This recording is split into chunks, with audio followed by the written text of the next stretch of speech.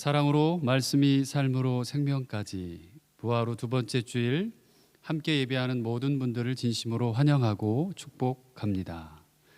예배를 위해 준비하고 헌신하고 섬기신 모든 분들께 감사를 드립니다. 큐티 베이직 세미나가 지난주 총 9명 잘 양육을 마쳤습니다. 이후에 계속해서 진행될 양육 가운데 함께 동참하시고 또 함께 배우시며 좋은 시간 되시기를 기도하겠습니다.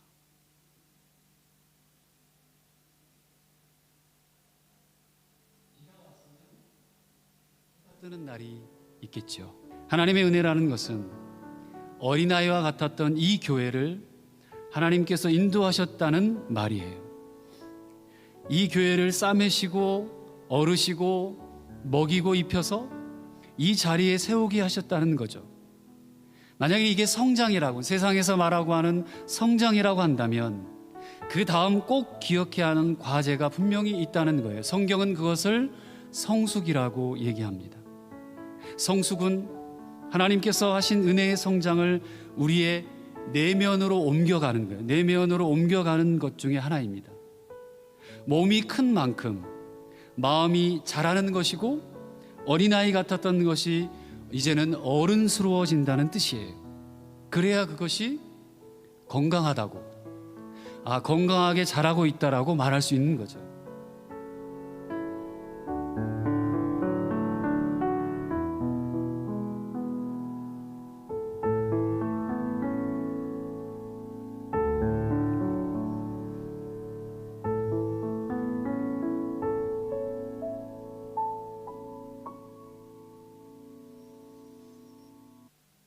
네, 4월 중순부터 구체적인 날짜는 이제 접수를 하고 또 여러분들과 함께 시간 조율을 해서 1:1 양육과 성경적 교회에 대한 양육을 하려고 합니다. 성경적 교회는 말 그대로 세미나이고요. 듣고 함께 기도하는 시간들입니다. 계획으로는 12주 정도를 잡고 있고요. 1:1 양육은 조금 더 깁니다. 16주를 잡고 있는데요. 아마 큐티 베이직 세미나나 기초적인 양육들을 하신 분들은 그 숫자가 얼마나 되는지 모르겠지만 양육을 조절을 할 수 있을 것 같고요. 그래서 기본적인 베이스는 16주를 예상하고 있습니다. 1:1 양육은 훈련입니다. 그래서 여러분들이 1:1 제자 양육을 받고 싶은 분은 이번에는 3분만 받도록 하겠습니다. 전체 모든 교회를 받을 수 없고 교재가 지금 현재 준비되어 있는 것은 3분 교재가 있고요. 그렇지 않고는 한국에 신청을 해서 받아야 되는 상황인데요. 그럼에도 불구하고 나는 한국의 교재를 신청해서 받아서 하겠다라고 하는 분들은 더 신청하셔도 됩니다. 일단 받고 싶은 분들은 신청해 주시고 말씀사역부 신혁 전사님과 또 오이코스 리더분들에게 신청해 주시면 준비하도록 하겠습니다. 그래서 언제까지 신청 기간이 필요한가라고 했을 때 다음 주까지 이제 마감을 하도록 하겠습니다. 다음 주 주일까지 마감하는 걸로 그렇게 하도록 하겠습니다. 교육자 회의가 이번 주 목요일 날 10시에 아침 10시쯤 온라인으로 진행되고요. 재직회의가 돌아오는 주일 오후 3시에 쯤으로 시작됩니다. 교우 소식 참고해 주시고 이번 주 헝가리 땅과 또 양선 오이코스 이성기 집사님과 김성훈 우리 리더분들을 위해서 함께 기도해 주시면 고맙겠습니다.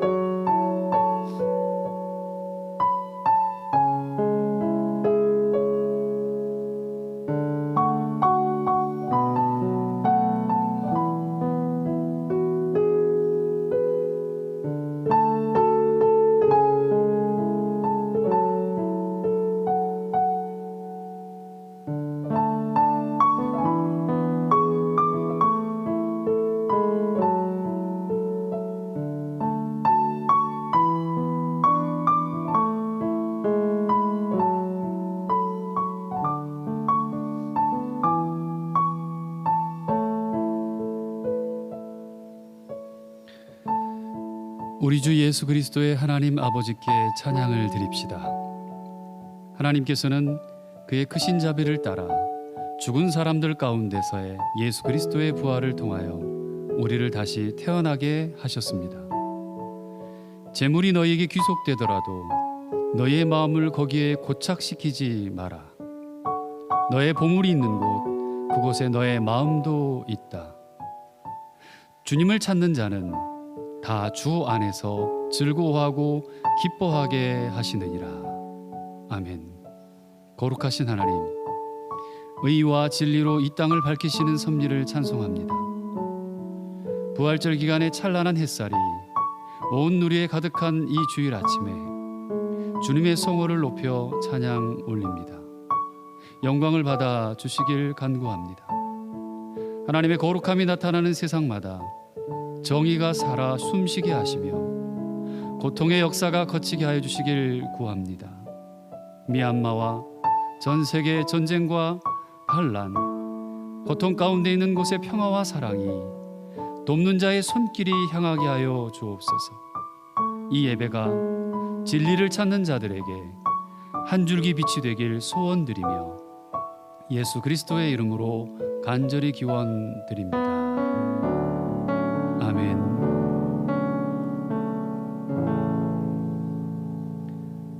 나는 전능하신 아버지 하나님, 천지의 창조주를 믿습니다. 나는 그의 유일하신 아들, 우리 주 예수 그리스도를 믿습니다. 그는 성령으로 잉태되어 동정녀 마리아에게서 나시고 본디오 빌라도에게 고난을 받아 십자가에 못 박혀 죽으시고 장사된 지 사흘 만에 죽은 자 가운데서 다시 살아나셨으며 하늘에 오르시어 전능하신 아버지 하나님 우편에 앉아 계시다가 거기로부터 살아있는 자와 죽은 자를 심판하러 오십니다. 나는 성령을 믿으며 거룩한 공교회와 성도의 교제와 죄를 용서받는 것과 몸의 부활과 영생을 믿습니다. 아멘.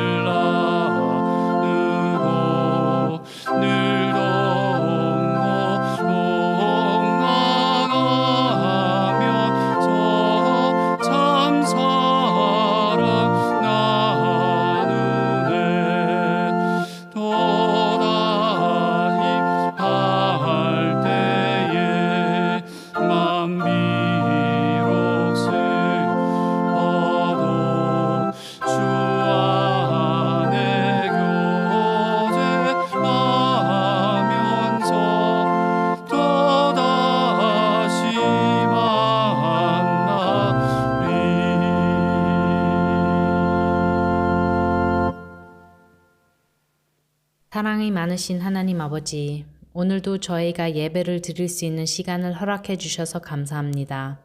직접 만나 예배하지 못하지만 온라인으로 같은 시간에 함께 예배할 수 있어서 감사합니다.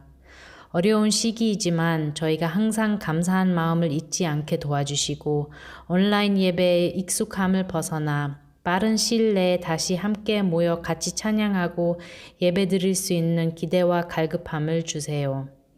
예배를 위해 보이지 않는 곳에서 수고하시는 모든 분들 하나님께서 보시고 기억하실 줄 믿습니다. 봉사하는 마음이 무겁지 않고 즐거울 수 있게 도와주시고 그 손길들 축복해 주세요. 또한 목사님을 위해 기도드립니다. 매주마다 하나님의 음성을 들으시며 저희에게 설교를 하실 때 하나님께서 지혜 주시고 저희에게 말씀하시고픈 모든 내용들을 목사님을 통해 저희에게 주시고 그 말씀을 들을 때 이해하고 열린 마음으로 받아 저희의 삶에 변화가 있길 기도합니다. 이 말씀이 주일에만 듣는 말씀으로 끝나지 않고 행동으로 매일매일 실천할 수 있는 신앙인들이 되게 도와주세요. 목사님께서도 지치지 않도록 하나님께서 항상 함께 해주시고 힘 주시길 간구합니다. 모든 교우들을 위해 기도합니다. 코로나로 인해 어학과 학업을 집에서 온라인으로 수업을 받으며 공부하는 모든 학생들에게 공부할 수 있는 동기와 지혜를 주셔서 잘 해낼 수 있는 능력을 주시길 기도합니다. 특히 아비투 앞둔 친구들에게 집중해서 공부를 할 수 있도록 도와주세요. 그리고 시험 볼 때 떨리지 않고 차분하게 준비한 것들이 잘 생각나서 쓸 수 있도록 도와주세요. 그래서 기도하고 원하는 공부와 학교들을 갈 수 있도록 도와주세요. 어떤 길을 택하더라도 항상 하나님께서 인도해 주세요. 또한 직장 다니시는 모든 분들 그리고 회사 운영하시는 분들 코로나로 인해 힘들 수도 있고 쿠르츠아바이트를 할 수 있는 상황입니다. 경제적인 문제를 해결해 주시고 지치지 않게 도와주세요. 다시 만날 때까지 모두 건강하도록 지켜주시고 하나님과 동행하는 삶을 꾸준히 살아갈 수 있도록 도와주세요. 항상 감사드리며 예수님 이름으로 기도드렸습니다. 아멘.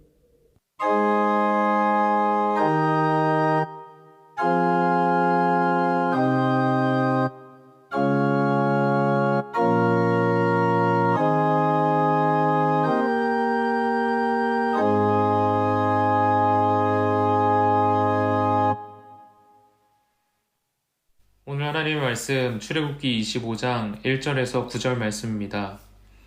여호와께서 모세에게 말씀하여 이르시되 이스라엘 자손에게 명령하여 내게 예물을 가져오라 하고 기쁜 마음으로 내는 자가 내게 바치는 모든 것을 너희는 받을지니라. 너희가 그들에게서 받을 예물은 이러하니 금과 은과 놋과 청색 자색 홍색 실과 가는 배 실과 염소털과 붉은 물들인 수량의 가죽과 해달의 가죽과 조각목과 등유와 관유에 드는 향료와 분향할 향을 만들 향품과 호마노며 에봇과 흉패에 물릴 보석이니라. 내가 그들 중에 거할 성소를 그들이 나를 위하여 짓되 무릇 내가 내게 보이는 모양대로 장막을 짓고 기구들도 그 모양을 따라 지을지니라. 이는 살아계신 하나님의 말씀입니다. 아멘.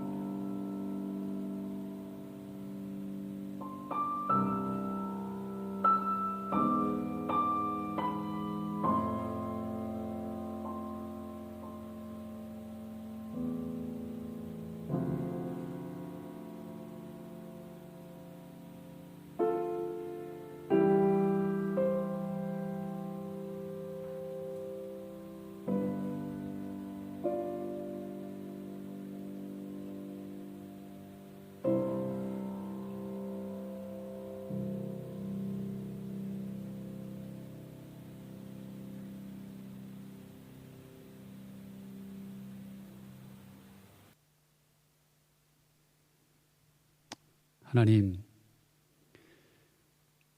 십자가와 빈 무덤, 고난과 죽음과 부활, 초대교회 성도들은 주님이 다시 사셨음에 기뻐하고 그 기쁨으로 세상을 살고 살아내고 살아갔습니다. 오늘을 사는 우리에게 이 부활의 기쁨이 소진되지 않도록, 잊혀지지 않도록 다시금 은혜를 나누고 깨닫게 하시니 감사합니다. 아버지 하나님, 사랑하는 모든 교우들에게 그 부활의 기쁨이 그들의 삶 속과 그리고 마음 속에 충만하게 넘쳐서 그들 자체로도 기뻐하고 또 그들을 통해 가족이 또 이웃이 온 세상이 기쁨으로 가득 차는 놀라운 일들이 있게 하여 주시기를 원합니다. 오늘 말씀이 그들에게 위로가 되게 하시고 새 소망이 되게 하시고 생명이 되게 하시고 기쁨이 되길 간절히 소원하옵고 성령께서 함께 하시길 간구하며 예수 그리스도의 이름으로 기도드립니다. 아멘. 우리 주님의 은혜와 평강이 사랑으로 여러분의 삶과 가정, 일터와 사업 가운데 충만하게 함께 하시길 빕니다. 예전에 아내와 함께 보았던 드라마 이야기 하나 해드리고 싶어요. Dear My Friends라고 하는 드라마입니다. 시니어 어벤져스라는 말을 탄생시킬 만큼 당시 어마어마한 연기 경력의 베테랑 배우들이 등장했어요. 인생작이라고 과언해도 뭐 지나치지 않을 모든 장면이 다 명장면이었던 것 같습니다. 가부장적인 남편을 향한 복수의 칼날을 갈던 어머니가 등장하고요. 치매로 점점 자신을 잃어가는 절망 가운데 있는 어머니가 등장합니다. 세상 최고의 절친이었지만 이제는 남보다 못한 사이가 된 친구들이 등장을 합니다. 평생을 가족들 뒷바라지에 정작 결혼조차 할 생각 못했던 배우죠. 윤여정 씨가 나와요. 아내와의 사별 후에 진짜 자신의 첫사랑을 만나 달콤한 사랑을 꿈꾸던 아저씨도 나옵니다. 세상 모든 엄마의 연기를, 엄마의 엄마를 연기한 분이 또 나와요. 그리고 어머니의 절친, 애인, 친구였던 딸과 아들이 나오죠. 총 한 9명 분들이 나오셔서 9명이 나와 했던 드라마였어요. 이 드라마 안에 인생의 희노애락이 다 들어있는데 보면서 참 부모님들이 많이 생각났어요. 삶이 이렇게나 숭고할 수 있구나. 살아가는 동안 잊지 않고 기억한다는 것이 무엇이구나. 이 땅의 부모들이, 어머님들이 진심으로 살아온 모든 것으로 인해 미안해한다는 거구나. 대사 중에 이 대사가 있었어요. 누군가가 그랬다. 우리는 살면서 세상에 잘한 일보다 잘못한 일이 훨씬 많다고. 그러니 우리의 삶은 언제나 남는 장사이며 넘치는 축복이라고. 그러니 지나고 후회 말고 살아있는 이 순간을 감사하라고. 사랑은 내리사랑이고 부모가 자식을 더 사랑한다고 사람들은 말하지만 아마 그 말은 부모된 입장에 선 사람이 한 말일 거다. 우리 자식들의 잘못은 단 하나, 당신들을 덜 사랑한 것이 아니라 우리 부모님들이 당신들이 영원히, 아니 아주 오래 우리 곁에 있어 줄 거라는 어리석은 착각이었다. 되돌아갈 수 있는 길과 절대 되돌아갈 수 없는 길이 있다는 것. 이런 대사들이 있었어요. 한참 아내와 서로 소파에 앉아서 화장지에 자, 이 화장지, 그래 화장지 주면서 엄청 울면서 봤어요. 인생이 어떤 건지, 관계가 어떤 건지, 삶의 파편들이 뭔지, 서로에게 정말 사랑한다고 말하고픈 간절한 마음을 읽을 수 있었어요. 그게 무엇이든 감동은 진심에서 오는 거구나라는 걸 깨닫게 됐습니다. 하물며 세상에서의 삶도, 드라마 한 편도 그런데 하나님 앞에서의 우리의 마음은 어떨까요? 우리는 출애굽기서를 계속해서 지금 보고 있는데 출애굽기 19장부터 24장까지는 시내산 언약을 맺는 하나님에 대한 부분을 다뤘습니다. 이제 이스라엘 백성들에게 성막을 짓게 하셔요. 이 성막에 대해 말씀하시는 것이 오늘 성경부터 25장부터 31장까지의 내용입니다. 오늘은 그 성막의 의미가 뭔지, 우리의 마음은 어때야 되는지를 한번 살펴보고 싶어요. 오늘은 본문의 뒷부분을 먼저 읽고 시작할게요. 8절 말씀입니다. 함께 같이 읽어봅시다. 8절이에요. 시작. 내가 그들 중에 거할 성소를 그들이 나를 위하여 짓되. 하나님은 이제 모세에게 성소를 지으라고 말씀하세요. 그리고 그 성소를 짓기 위해 백성들에게 예물을 받으라는 말씀이 2절부터 7절까지의 말씀이에요. 먼저 성소가 무엇인지에 대해 살펴봅시다. 우리 그림 파일을 하나 보여드릴 텐데요. 한 2개 정도를 보여드릴 거예요. 한번 쭉 보세요. 성소가 이런 모양이고 그 안이 어떻게 구분되었는지 지금 보여드리고 있습니다. 성소란 말은 뒤이어 계속 이어지는 말씀에서 성막 혹은 회막 등으로 표현돼요. 그 어원은 모두 같습니다. 이 단어들의 어원으로 쓰이는 쉐칸이라고 하는 이 히브리어는 거한다, 그리고 숙박한다 이런 뜻을 가지고 있어요. 그러니까 성소, 성막, 회막으로 쓰이는 이 쉐칸이라고 하는 말은 성막은 한 곳에 고정된 건물이 아니라 하나님이 함께 하시는 장소란 의미의 단어인 거죠. 게다가 당시 하나님이 말씀하신 성막은 이동할 수밖에 없는 상황이었고 그런 텐트였어요. 한 곳에 머무는 게 아니라 이동하는 텐트와 함께 한다는 말을, 그 의미를 우리는 기억해야 됩니다.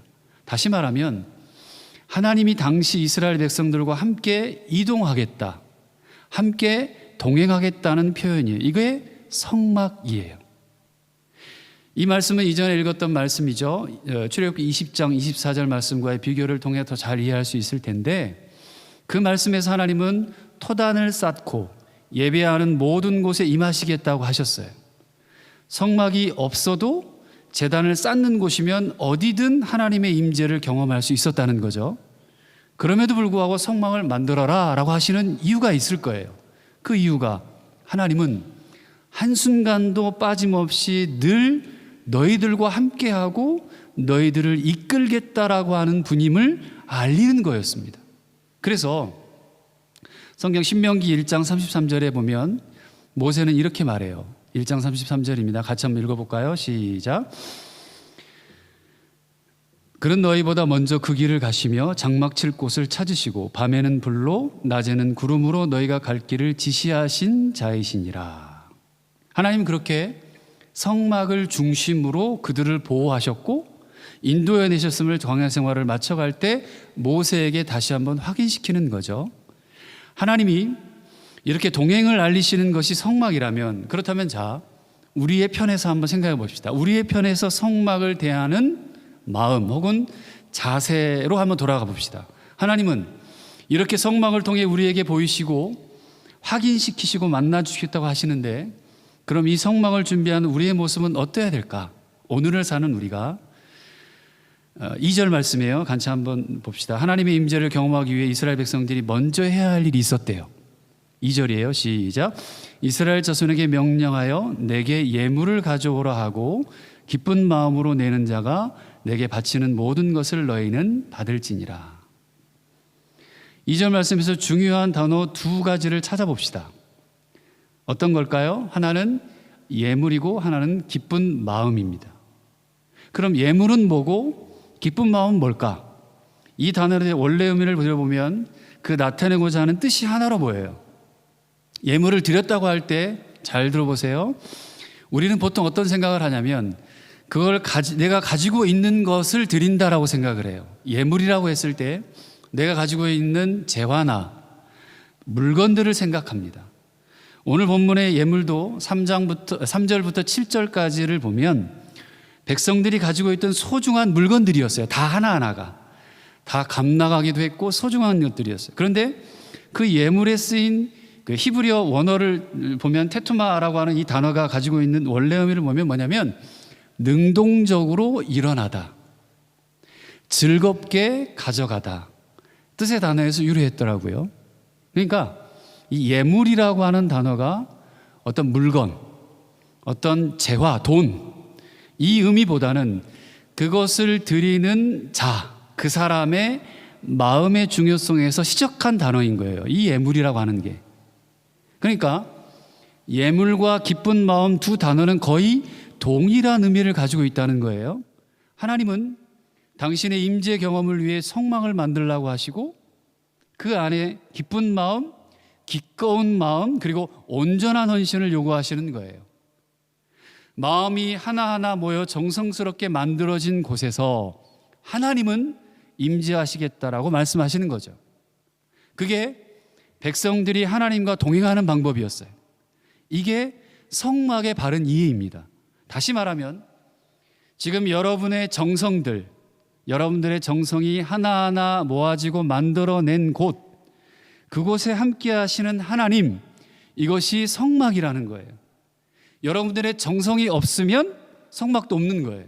있으나 마나예요.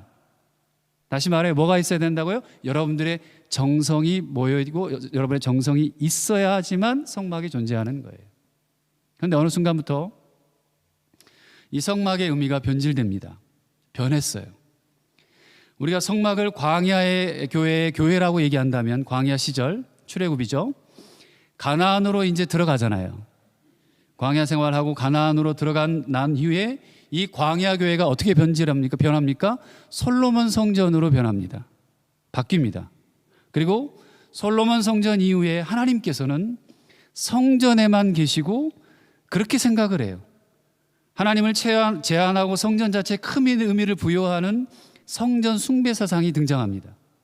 그렇게 돼서 정성과 마음은 사라지고 성전 자체와 형식만 남은 그 이스라엘을 향해 꾸짖는 선지자들이 등장하기 시작해요. 예언자들이, 선지자들이 등장합니다.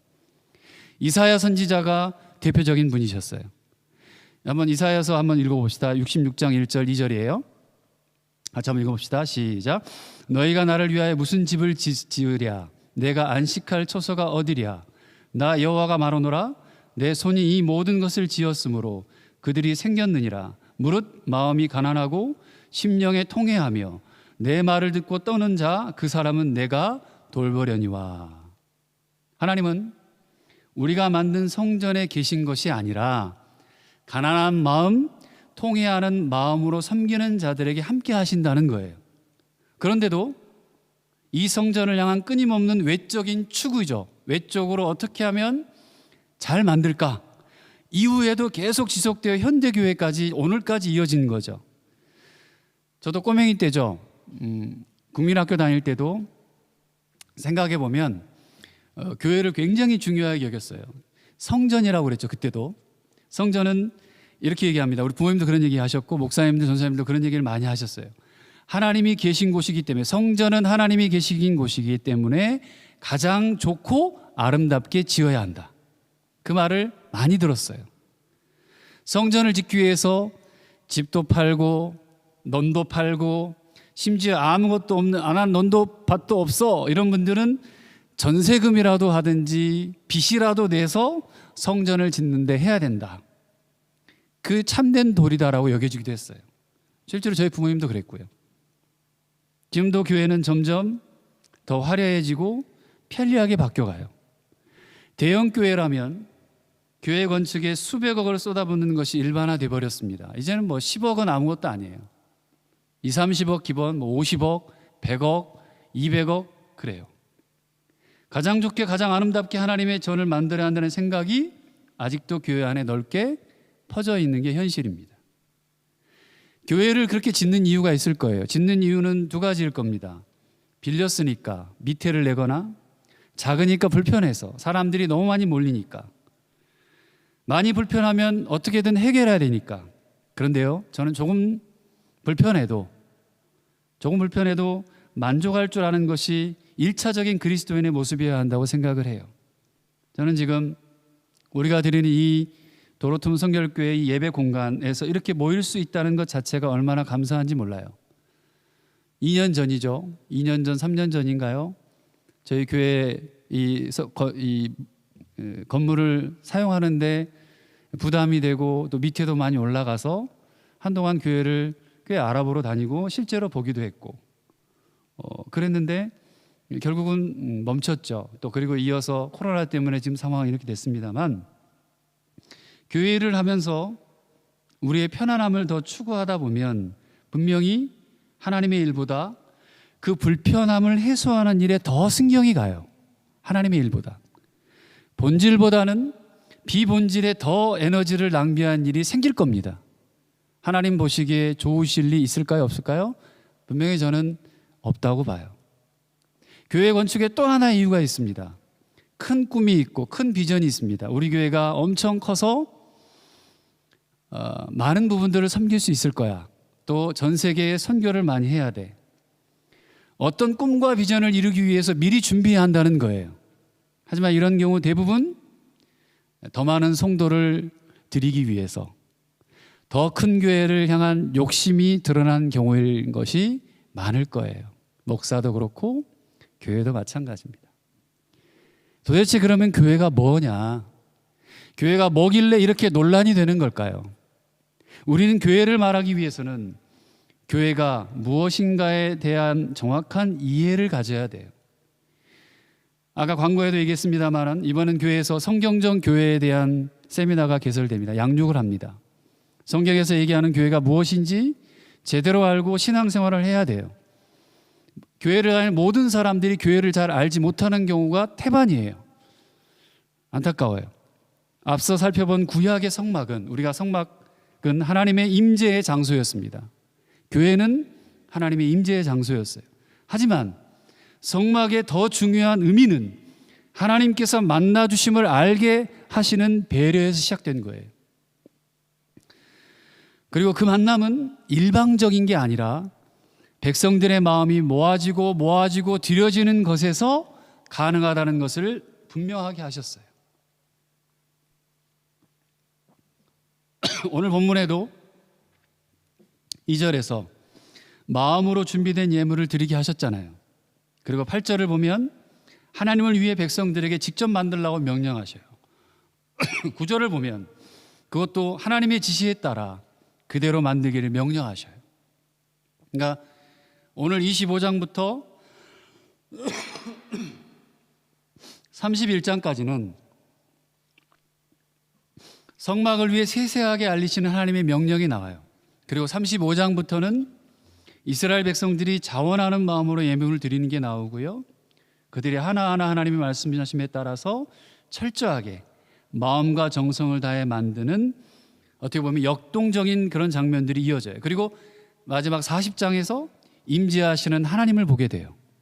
다시 말하면 오늘 말씀인 25장부터 출애굽기의 마지막 장인 40장까지는 다 성막에 관계된 이야기인 거예요. 교회에 관계된 이야기예요. 그 성막은 화려함이 아니라 임재하시는 하나님, 만나주시는 하나님이 핵심이라는 거예요. 하나님은 성막에 관한 말씀을 하시면서 커야 한다거나 내 집이기에 화려해야 한다거나 그런 말씀을 한 번도 한 적이 없습니다. 다만 정성을 요구하세요. 너희들의 마음이 중요하다. 그렇게 만들어진 성막은 하나님의 영광을 보는 장소로서 정말 초라한 것이었어요. 어떻게 보면. 그런데도 하나님은 그런 성막에서 자신의 영광을 보이셨고 백성들과 함께 하셨다는 거죠. 왜요? 그 성막에 이스라엘 백성들의 마음이 함께하고 있었기 때문이라는 거예요. 그럼 구약은 그렇다 칩시다. 신약으로 넘어갑시다. 신약 성경, 마태복음부터 시작한 신약 성경을 보면 그 시대의 교회는 어떨까요? 신약의 교회는 오순절이죠. 성령 강림을 해요. 성령께서 이 땅에 강림 이후에 생기게 됩니다.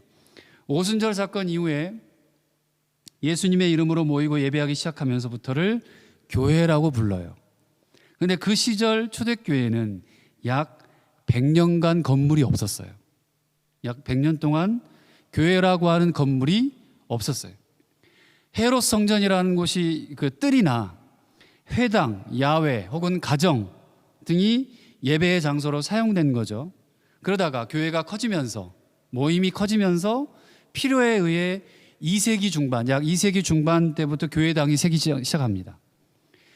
다시 말하면 신약 시대의 교회는 건물은 예배하고 교제하고 훈련하고 양육을 하기 위해서 그걸 위한 한 곳에 모여서 효과적으로 하기 위해 만들어진 공간의 의미를 가진다는 것이 컸습니다. 그럼 이제 교회에 대한 정의가 어렴풋이 구약, 신약 생각이 되는데, 그럼 교회란 뭘까? 교회는 예수 그리스도의 이름으로 모여있는 무리죠. 우리가 많이 들었어요. 공동체, 이 모임을 사람, 이 모임을 교회라고 얘기했어요.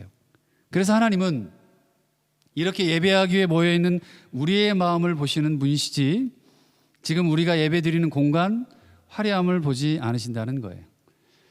한국에서 종종 설교 요청이 있어서 방문할 때나 아니면 한국에 있었을 때 외부로 설교하러 갈 때가 있었어요. 그런데 어떤 곳은 예배를 위한 장소이기보다 설교하러 갔어요. 근데 어떤 모임 장소의 기능으로서의 예배가 더 어울리는 곳에서 설교할 때가 있었어요. 그러니까 중심에 하나님은 없고 모임 장소 안에 행사가 있는 거죠. 행사가 우선이고 예배는 덤인 거예요. 안 드리기 찝찝하고 예배는 드려야 되고 한번 쫙 찍고 행사하는 거예요. 그럼에도 불구하고 어떤 곳은 행사 자체가 목적이 아니라 예배가 중요했고 기도가 중요했던 단체들도 있었습니다. 뜨거웠고 저 또한 함께 은혜를 경험했어요. 오늘 예배하는 이 자리, 그리고 여러분의 지금 처소, 집이죠. 여러분이 가 있는 모든 집들, 그리고 여러분이 지금 각자의 집에서 드리는 그 자리들이 정말 마음 다해 하나님께 향해 있다면 우리는 하나님이 기뻐하시는 예배 공동체고 교회 공동체일 것입니다. 하지만 우리가 지금 다시 교회가 열려 함께 모이고 아무리 많이 모여도, 그리고 우리가 아무리 화려한 성전을 만약에 자체적인 건물을 가지고 있다 할지라도 우리의 마음에 하나님을 향한 진실과 진심이 담겨 있고 열려 있지 않다면 우리는 좋은 교회 공동체가 아니라는 거예요. 좋은 교회란 좋은 사람들이 많이 모여 있는 교회도 아닙니다. 교회는 건물이 아니라 모임이고 그 교회 모임의 옳고 그름은 중심과 마음에 있습니다. 2절 말씀을 다시 한번 상고해 보십시오. 예물이란 단어조차, 그 단어에서조차도 물질이 아니고 마음이 강조된 단어가 사용됐어요. 우리가 가진 어떤 외적인 환경도 하나님을 향한 마음보다 더 소중할 수는 없다는 거죠. 교회 안에 어떤 직체도 목사이든 장로이든 권사이든 집사이든 누구든 간에 하나님을 향한 마음보다 더 크고 더 의미 있는 것이 아닙니다. 교회가 아무리 재정이 많아도, 우리 교회는 재정이 풍성해, 그것이 우리의 마음을 안전하게 해줄 수는 있지만 하나님을 향한 마음과는 별개라는 거예요. 사랑하는 교회 여러분, 여러분은 하나님을 진실함으로 만나고 싶으신가요? 여러분들은 하나님을 진실함으로 모시고 싶으신가요? 하나님 앞에서는 진실함, 그것은 무엇보다도 정말 중요한 신앙인의 한 요소일 텐데, 여러분들은 그 진실함을 무엇으로 얻으십니까? 우리가 하나님의 나라를 위해 함께 울고 함께 웃고 손을 잡고 감싸고 배우고 헌신하는 것, 이 모든 것은 하나님의 임재를 통해서 경험하는 것이 되어야 됩니다. 하나님이 나와 함께 하셔서 감동케 해서 하셔야지만 가능할 수 있는 거예요. 어제 하우프트바노프에서 어떤 분들이 성경을 나눠주고 있었어요. 가만 보니까 독일 사람들이 아니에요. 근데 비별을 나눠줘요. 커피 이렇게 하고 또 브레첸 같은 거를 또 싸가지고 뭐 잘라미 들어간 거, 쉰켄 들어간 거, 아니면 뭐 들어간 거 또 봉투에 튜트에 싸서 놔두고, 킥스 같은 것도 놔두고 앞에서 성경을 나눠줍니다. 신기했어요. 그래서 앞에 가서 대화를 나눴어요. 이걸 왜 하는 거예요? 그리고 이거를 언제 하세요? 매주 하세요? 아니면 어떻게 되십니까? 그랬더니 2주에 한 번 한대요. 그리고 그러더니 자기는 여기만 하는 게 아니라 다른 도시 가서도 멜덴에서 한대요. 당신은 어디서 왔어? 그랬는데 나한테 너는 이제 쭈뚜코리아라 얘기했어요. 그러면 자기는 카자흐스탄 사람이래요. 그러면서 하는 말이, 물어보지도 않았는데 킨더가 13명이래요. 그러면서 엄청 환하게 웃으면서 킨더는 하나님이 주신 축복이래요. 그럼 이 비별을 왜 나눠줘? 그랬더니 예수님이 우리를 구원하신 분이잖아요. 그러면서 이 비별을 받는 사람들에게도 똑같은 구원이 있기를 바라는 마음으로 나눠준대요.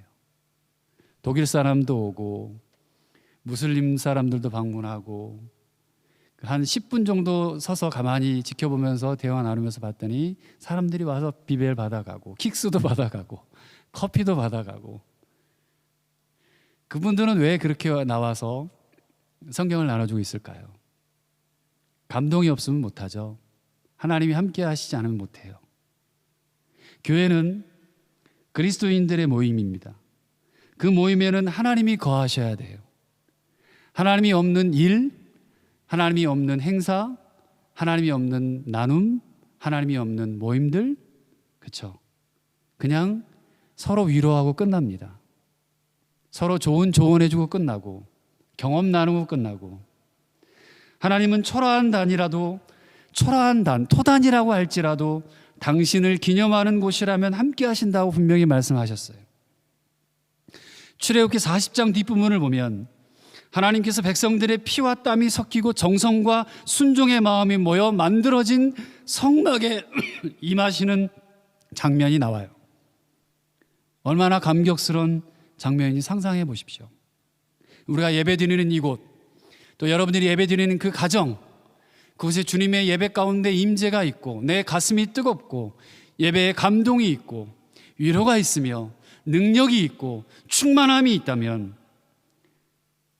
성막에 임하시는 그 장면, 성경에 나와 있던 장면이 오늘 우리를 사랑하는 이 삶 속에, 이 교회의 여러분의 삶 가운데 똑같이 임재가 있다면 한번 상상해 봅시다. 우리의 마음을 모아 정석권 하나님의 명령대로 봉헌했더니, 다시 말해서요, 지금 우리가 이 시간 하나님만 바라보고 전인격적으로 하나님의 임재를 구했더니 하나님께서 영광 중에 임재하셨다는 것이에요. 이것이 교회예요. 하나님의 영광의 임재를 날마다 경험하는 교회가 좋은 교회예요. 각 오이코스에서 감사를 나누고 감격을 나누고 나에게 임하신 하나님의 역사를 말씀과 기도 가운데 나누는 교회가 좋은 교회예요. 도로툼 성결교회는 편안함을 추구하지 말았으면 좋겠습니다.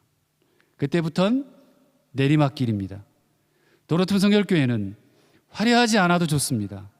양육도 묵상도 무언가 되고 무언가 하고 무언가 자격증처럼 나 양육했어 하는 게 아닙니다. 기초 체력이고 면역력 증강이고 복음 DNA로 리셋되는 거죠. 그래서 양육을 하는 거예요. 주님 앞에 서기 위해. 저는 이 교회가 건강한 교회 공동체가 될 수 있기를 원합니다. 화려함보다 소박함이 성도 서로를 세우는 힘이 되었으면 좋겠고요. 그리고 건강한 영성으로 말이 아니라 하나라도 행하는 것의 은혜이고 하나님이 원하시는 것임을 아는 교회요, 영적인 습관이 잘 자리 잡은 교회가 되었으면 합니다. 그리고 이 모든 것이 하나님의 임재를 통해 감격하며 만들어가는 참다운 교회가 도로투문트 성결 공동체가 되었으면 합니다. 오늘 설교의 제목처럼 우리 중에 임하시는 하나님을 경험함으로 교회되고 그 경험이 감격이 되어 헌신함으로 교회되고 이 세상에 하나님의 영광이 가득 차고 넘치게 함으로 교회되는 여러분과 제가 되기를 간절히 축복합니다. 기도하겠습니다.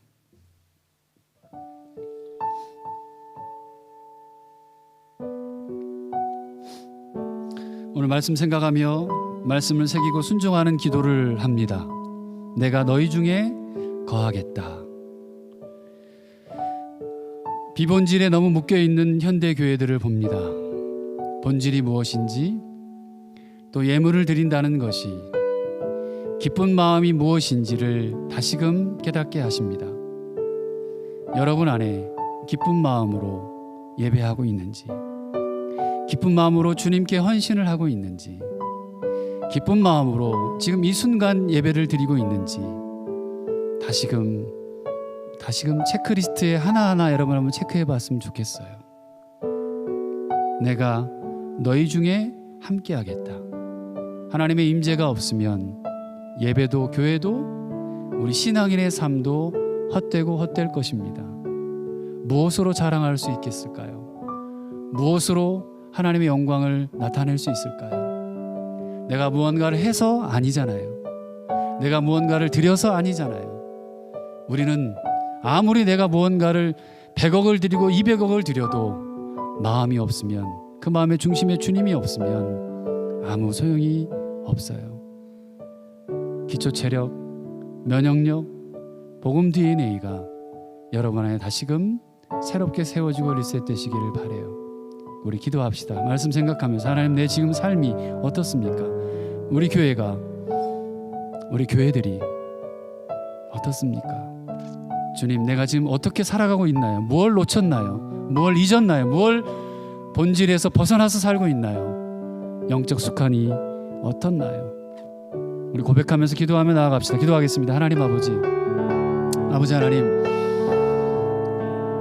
지치고 또 외롭고 또 불투명하고 불안하고 힘든 삶을 살아가는 것이 현실입니다. 팬데믹 때문에 하나님, 많은 것이 우울하고 많은 것들에 하나님 미래가 보이지 않는 삶을 살아갑니다. 자녀들도 마찬가지고 내 삶도, 우리 부모들도 마찬가지입니다. 하나님, 이 시기에 한숨만 쉬고 있으며 하나님, 이 시기에 무엇인가를 하나님 내가 조차 살아가고 있는지를 오늘 말씀을 통해서 다시 한번 깨닫게 하십니다. 이스라엘 백성들에게 성막을 지으라고 말씀하셨습니다. 왜? 무엇 때문에? 내가 너희와 함께 하겠다고, 동행하겠다라고, 너희를 이끌겠다고 그렇게 말씀하시는 것이 성막입니다. 주님, 내 삶의 주인이 누구이십니까? 지금 이 순간 내가 주님의 임재 가운데 예배하고 있습니까? 내 삶의 영적 습관과 내 삶의 하나님 기초 모든 체력들과 면역력들과 복음에 대한 하나님 반응들이 과연 내가 어떻게 주님이 임재하고 거하시는 가운데 그렇게 숨쉬며 살아가고 있는지 오늘 말씀을 통해 다시 한번 깨닫습니다. 이 도로틈 성결교회가 좋은 교회가 되길 원합니다. 하나님의 임재가 날마다 매 순간마다 성도들 가운데, 모임 가운데, 오이코스 가운데 있기를 소원합니다. 주님, 살아있는 교회가 되길 원하고 숨쉬는 교회가 되길 원하고 하나님, 이 땅에 또 이웃들에게 하나님 소금과 빛으로 하나님 생명을 살리고 하나님 능력이 흘러가는 교회가 되길 원합니다. 하나님, 도와주십시오. 하나님, 사랑하는 모든 성도들에게 함께 하시고 능력의 능력을 더해 주시기를 소원합니다. 아버지 하나님, 우리 성도들 위로하시고 평안케 하시고 하나님의 임재 하에 거하며 기쁨으로 그들의 삶을 살아가도록 도우시고 함께 해주시기를 원합니다. 주님이 함께 하신다고 하셨습니다. 그것이 교회입니다. 이 교회의 미래도 또 우리의 삶의 미래도 주님 손에 있습니다. 은혜에 감사해 주님 앞에 예물을 올려드립니다. 예물을 드리는 것이 내가 가지고 있는 걸 드린 게 아니라 그 마음이 중요하다고 여겼습니다. 기쁜 마음으로 즐거이 기쁘게 드리는 것이 중요하다고 말씀하셨습니다. 드리는 손길도 주님 기억해 주시고 채우시고 회복시키시며 또 선하게 주님 이끌어 주셔서 사업이든 회사이든 직장이든 또 무언가를 도모하며 나아가는 모든 사람들의 마음 가운데 지혜로 함께 하시고 하나님의 그 가운데 임재가 충만하게 있는 놀라운 걸음걸음들이 되도록 주님 역사해 주옵소서. 쓰이는 곳에 생명이 싹이 나게 하시고 사람이 살게 하시고 복음이 복음되는 놀라운 역사들이 있게 하시며 교회가 교회되는 놀라운 일들이 있게 하시고 다음 세대 꿈땅 빛땅 또 청년들이 일어나는 놀라운 일들이 있게 하여 주옵소서. 선교지마다 복음의 꽃들이 피게 하시고 푸르른 복음의 놀라운 비전들이 그분들을 통해 선교사님과 현지에 섬기는 모든 자들을 통해 넘쳐나도록 주님 함께 하옵소서. 축복합니다. 예수 그리스도의 이름으로 간절히 기도드립니다. 아멘.